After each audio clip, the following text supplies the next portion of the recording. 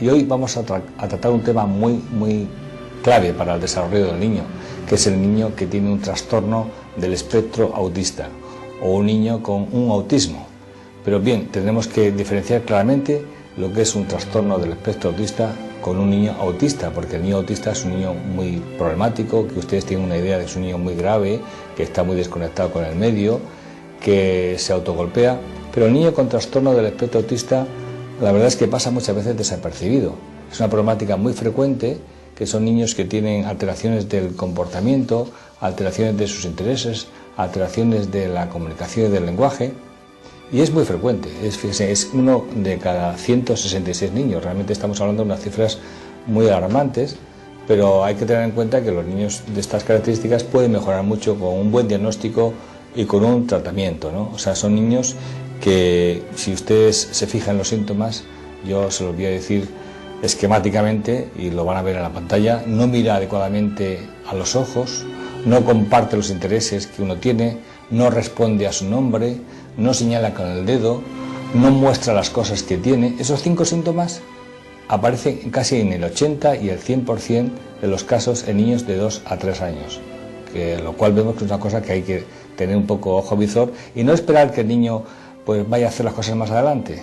Entonces, en conclusión, yo diría: cualquier niño que tenga un problema de que sea, entre comillas, raro, que no se comunique con los demás, que no te mire, que vaya un poco a su bola, que realmente el niño no comparta las cosas contigo, no comparta sus intereses y que tenga algunos intereses un poco particulares, ese niño raro no hay que dejar que siga adelante solo, hay que llevarlo al especialista y ver si podemos hacer un buen diagnóstico, porque si hacemos un buen diagnóstico, el pronóstico puede ser muy bueno.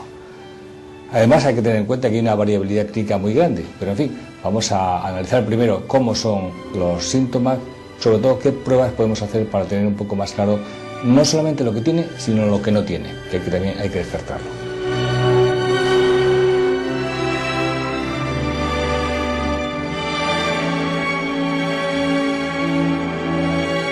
Bien, pues decíamos que los niños con trastornos del espectro autista tienen 3 síntomas: alteraciones de la interacción social, alteraciones de la comunicación y alteraciones de intereses particulares.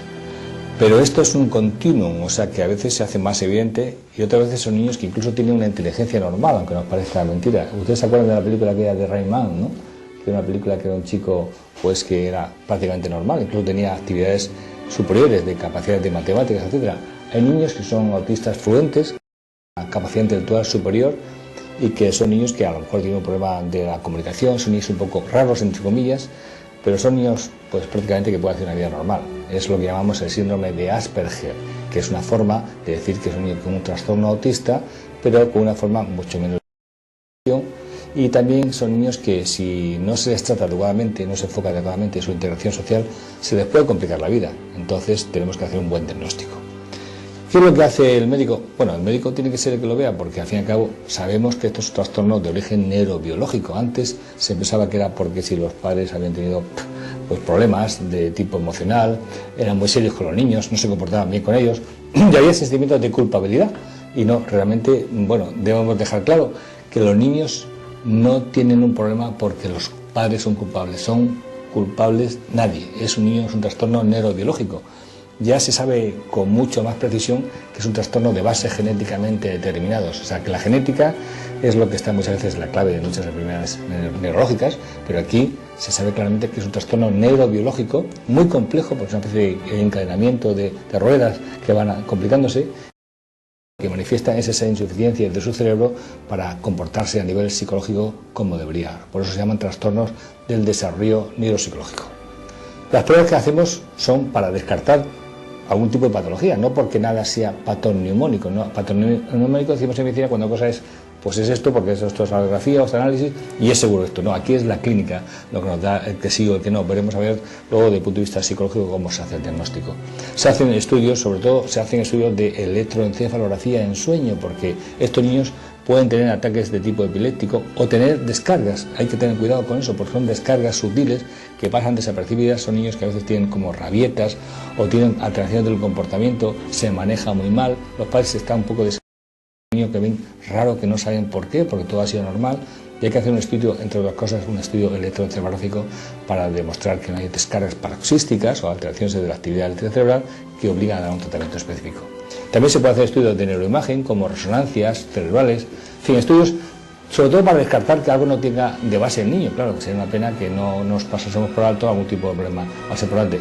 Y por supuesto alteraciones genéticas que ya sabemos que están asociadas con una serie de enfermedades de base genética que hay que descartarlas. En fin, con todo esto lo que tenemos es un muy bien y mejor caracterizado al paciente, cómo podemos intervenir.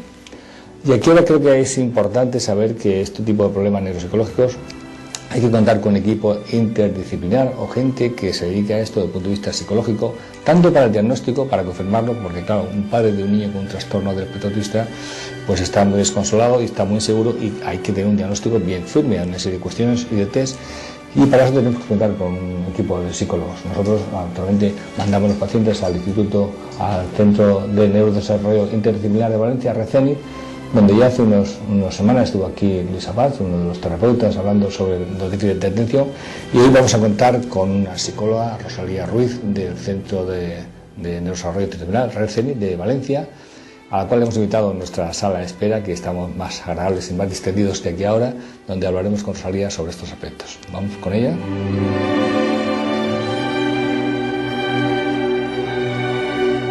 Bueno, pues estamos en la sala de espera del INVANEP.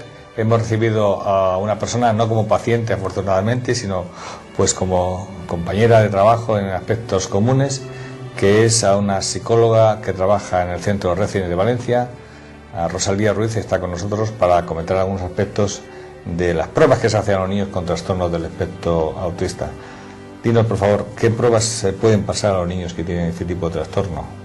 Pues contamos con diversas escalas de desarrollo en las que medimos las distintas áreas del desarrollo del niño, como podrían ser las áreas adaptativa, área social, el desarrollo motor, desarrollo de la comunicación, desarrollo cognitivo.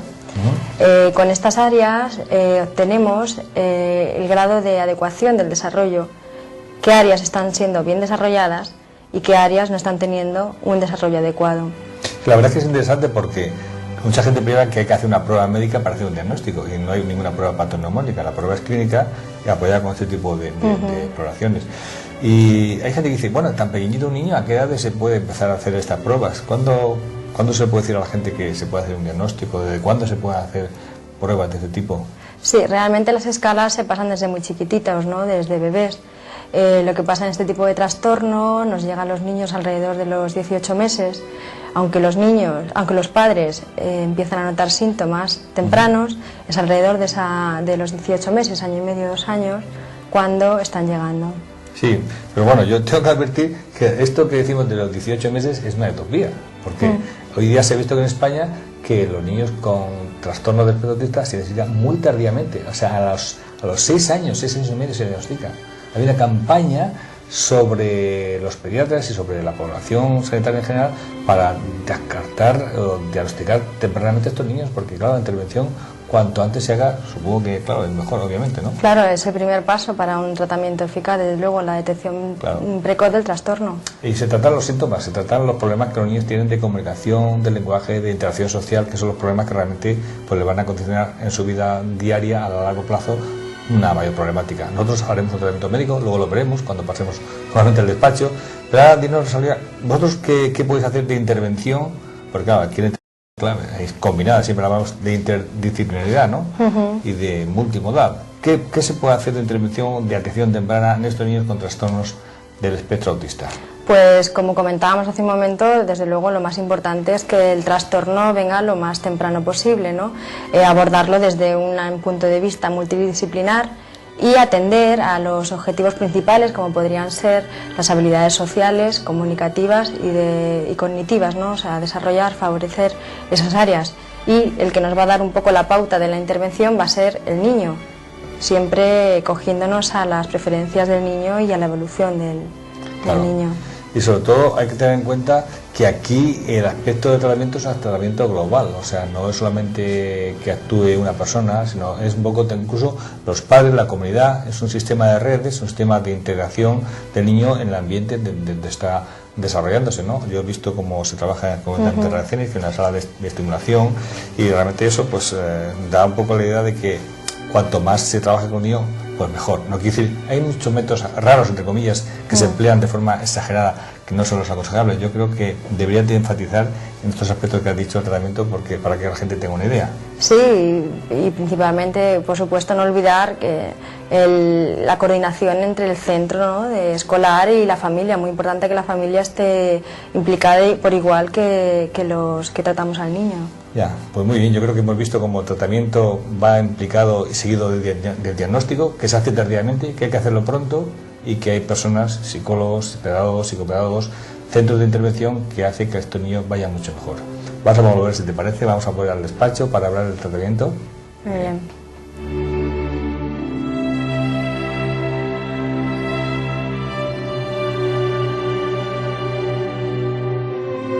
Bueno, hemos visto los aspectos psicológicos y hay que recordar que el aspecto médico es también fundamental porque se puede hacer un tratamiento farmacológico. Hoy día hay pocos fármacos que se puedan emplear con cierta seguridad, pero hay algunos que actúan muy beneficiosamente en estos niños, sobre todo los antipsicóticos. La risperidona es un medicamento que está aprobado ya en autismo, trastorno del espectro autista, que favorece que el niño se centre más en lo que va a hacer, no sea tan disruptivo, no se autogolpee, su comportamiento mejore. Incluso también los psicoestimulantes, como los trastornos de atención, se pueden emplear. Pero sobre todo la risperidona es un medicamento que es útil. Nosotros hemos hecho muchas publicaciones, por cierto tengo aquí un libro, que es un libro de trastorno del autismo infantil, editado por nosotros, con motivo de los cursos internacionales que hacemos de neuropsicología, donde se resumen un poco las actividades de estos últimos años, donde la gente interesada pues, puede tener una mayor información.